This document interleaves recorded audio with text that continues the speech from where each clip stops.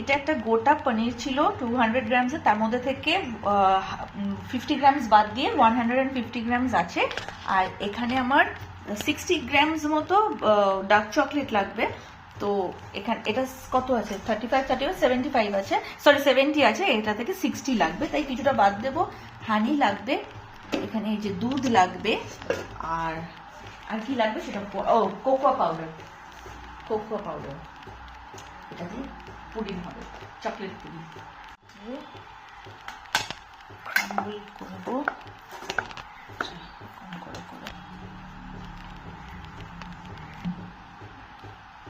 না, পুরো ভেঙে দাও, টুকরো টুকরো করে দাও, তাহলে ইজিলি গলবে। পুরো ভাঙো।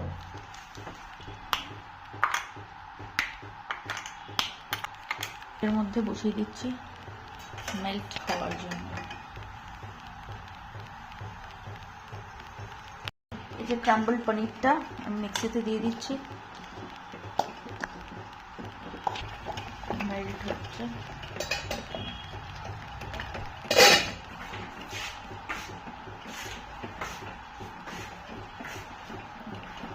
এটাতে 7 টেবিল স্পুন দুধ লাগবে। আমি এটা টিস্পুন নিয়েছি, তাই আমি 14 ডাবল দেবো 7-এর।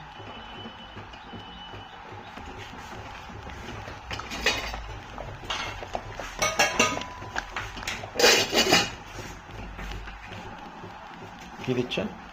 1.5 টেবিল স্পুন কোকোয়া পাউডার।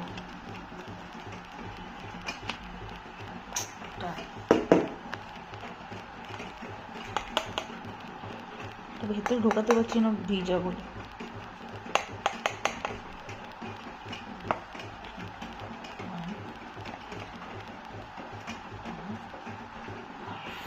ঠিক আছে, এবার 1.5 টেবিল স্পুন,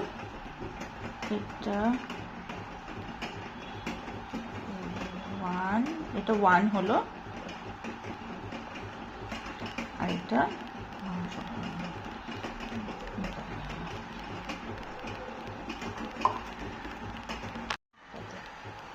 এই যে মেল্টেড চকলেটটা।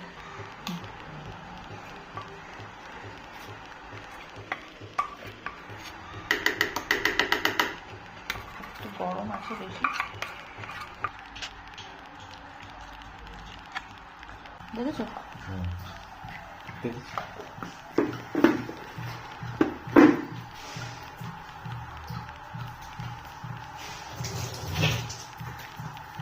বাড়িতে ধুয়ে দেবে তো?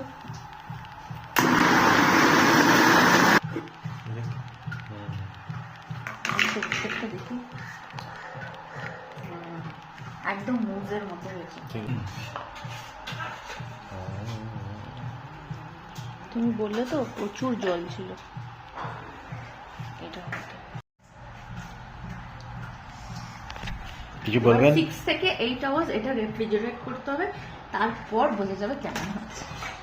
এখন এটা ফ্রিজে ঢুকে, ফ্রিজ থেকে বার করে নিয়েছি। এবার একটু এখানে স্প্রিঙ্কল করছি, বেশি দেবো না।